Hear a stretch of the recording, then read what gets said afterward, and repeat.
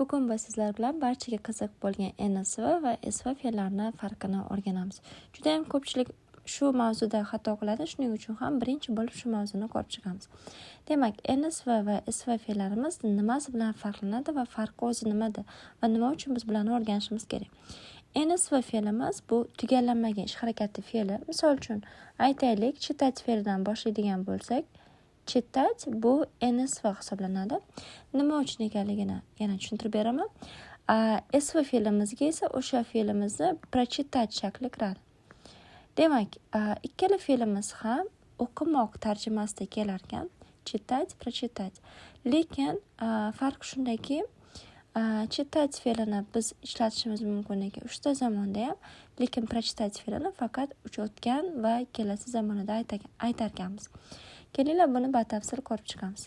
Demak, bu fe'llarni farqi nimada? Birinchi bo'lib chitать fe'limiz uchta zamonda ham keladi. Demak, uchta zamonda ham aytishimiz mumkin ekan. Bu qanaqa bo'ladi? O'tgan zamonda читала, женский rod uchun moslab aytyapman. Hozirgi zamonda читаю, kelasi zamonda буду читать bilan aytar ekanmiz. Ya'ni bu ish harakatimiz uchta zamonda ham to'liq aytilar ekan. Endi farqini ko'rib chiqamiz. Qanaqa farq bo'ladi? Chitala bo'lsa biror narsani o'qiyotgandim degan tarjimada keladi. Misol uchun, раньше degani oldin yoki ilgari deb tarjima qilinadi. Раньше я часто читала книги. Tarjimasi: oldin yoki ilgari men ko'p kitob o'qirdim. Mana shu часто degan bizda znak bo'lgani uchun, ya'ni tez tarjimasida kelayotgan vaqt ko'rsatilgani uchun biz bu fe'lni NSV deb olamiz. O'zi NSV bo'lishi uchun belgi bo'ladigan so'zlarimiz bor. Ya'ni bu hozir bizda ravish, ba'zi bir holatlarda ravishlar keladi, ba'zi bir holatda vaqt ko'rsatilib keladi. Mana shularga qarab biz NSVni yoki SVni ishlatamiz, bilib olishimiz mumkin.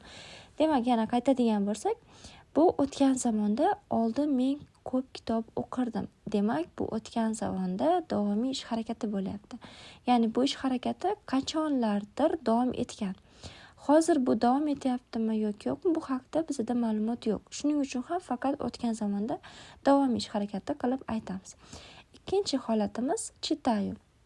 Misol uchun, сейчас я читаю новую книгу. Новую книгу. Men hozir yangi kitob o'qiyapman. Demak, hozirgi zamonni biz faqat bir xil berishimiz mumkin ekan. Ya'ni siz hozirgi zamonda tugamagan, davom etayotgan ish harakatini ifodalash uchun faqatgina NSVdan foydalansangiz bo'ladi. SVdan unaqa foydalana olmaysiz, chunki SV fe'limiz, ya'ni tugallangan fe'limiz faqat o'tgan va kelasida keladi. Mana shu joyini yaxshilab eslab qoling. Hozirgi zamonda davom etayotgan ish harakatlarga nisbatan faqat NSVni qo'llab aytamiz. Bu ish harakati ayni damda davom etayotgan bo'lishi mumkin yoki-da shu kunlarda bo'layotgan ish harakati bo'lishi ham mumkin. Demak, misol uchun birinchisi hozir men yozganim bu ayni damda bo'layotgan ish harakat. Men hozir yangi kitob o'qiyapman. Ikkinchisi, men shu kunlarda sport bilan shug'ullanyapman desam, в эти дни я занимаюсь sportim. Demak, e'tibor beramiz, bu yerda ham ish harakati davom etayotgan bo'lib kelyapti. Ya'ni hozirgi zamon fe'li bilan ifodalab aytar ekanmiz. Bizda bu yerda hozir znak в эти дни, ya'ni shu kunlarda degan so'zimiz belgi bo'lyapti. Сейчас so'zimiz belgi bo'lganida undan oldingisida, hozirgisida в эти дни. Demak, bularni eslab qolamiz. Mana shu so'zlar kelganda biz hozirgi zamonda ifodalab aytar ekanmiz.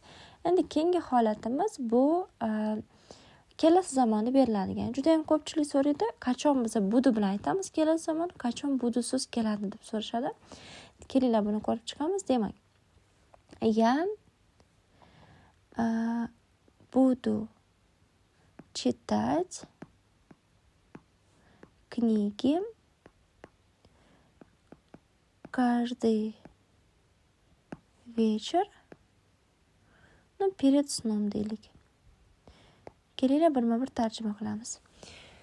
Я буду читать книги каждый вечер перед сном. Каждый вечер degani har kechqurun degan tarjimada keladi. Перед snom bo'lsa uyqudan oldin. Ya'ni men har kuni kechqurun uyqudan oldin, uxlashdan oldin kitob o'qiyman tarjimasida kelyapti. Demak, budu bilan kelayotgan shaklida mana budu chitать bo'lyapti. Budu bilan keladigan shaklda har doim mana shu takrorlanadigan bo'lishi kerak. Ya'ni bu ish harakati kelasi zamonda bir necha bor takrorlanishiga urg'u berib aytishimiz kerak bo'ladi. Demak, bu yerda bizda urg'u berayotganimiz каждый вечер bilan aytyapmiz. Я буду читать книги каждый вечер перед сном. Ya'ni bu holatda biz budu bilan takrorlanadigan ish harakati qilib berishimiz kerak bo'ladi. Bunisi bizda NSV uchun mos bo'ldi. Yana bir bor ko'rib chiqamiz. Demak, o'tgan zamonda biz раньше bilan ifodalab aytdik. Hozirgi zamonda сейчас yoki в эти дни bilan ifodalab aytdik. Kelasi zamonda буду читать bilan keldi. Demak, bu 3ta zamonda ham kelar ekan читать fe'limiz. Ya'ni tugallanmagan ish harakati fe'li. Endi esa biz SV fe'lini ko'rib chiqamiz. SV fe'limiz bizda 2ta zamonda keladi.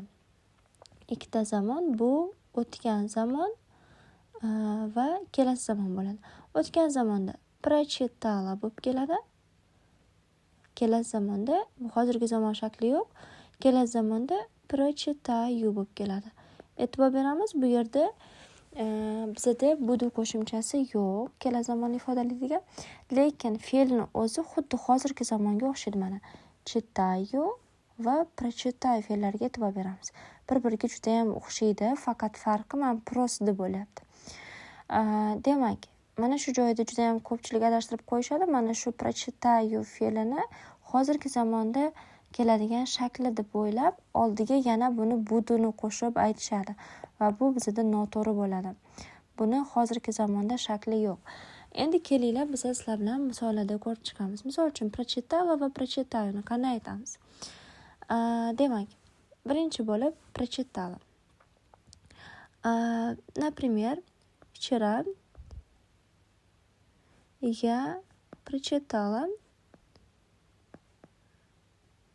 эту книгу. Kecha men bu kitobni o'qidim.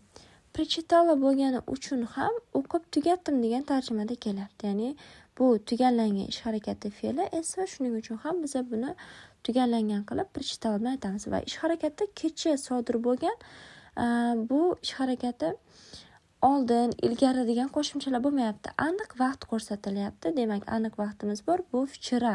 Bu qachon sodir bo'ldi? Kecha sodir bo'ldi. Endi biz kelasi zamonga nisbatan qanday qilib tugallangan qilib ifodalashimiz mumkin ekan. Misol uchun, завтра я прочитаю эту книгу до конца, например. Yana urg'u berib aytyapman, oxirigacha deyapman. Ya'ni ertaga aniq vaqt ko'rsatilyapti. Mana завтра ham, vчера ham aniq vaqt. Завтра я прочитаю. Men o'qib tugataman bu kitobni oxirigacha bo'lyapti.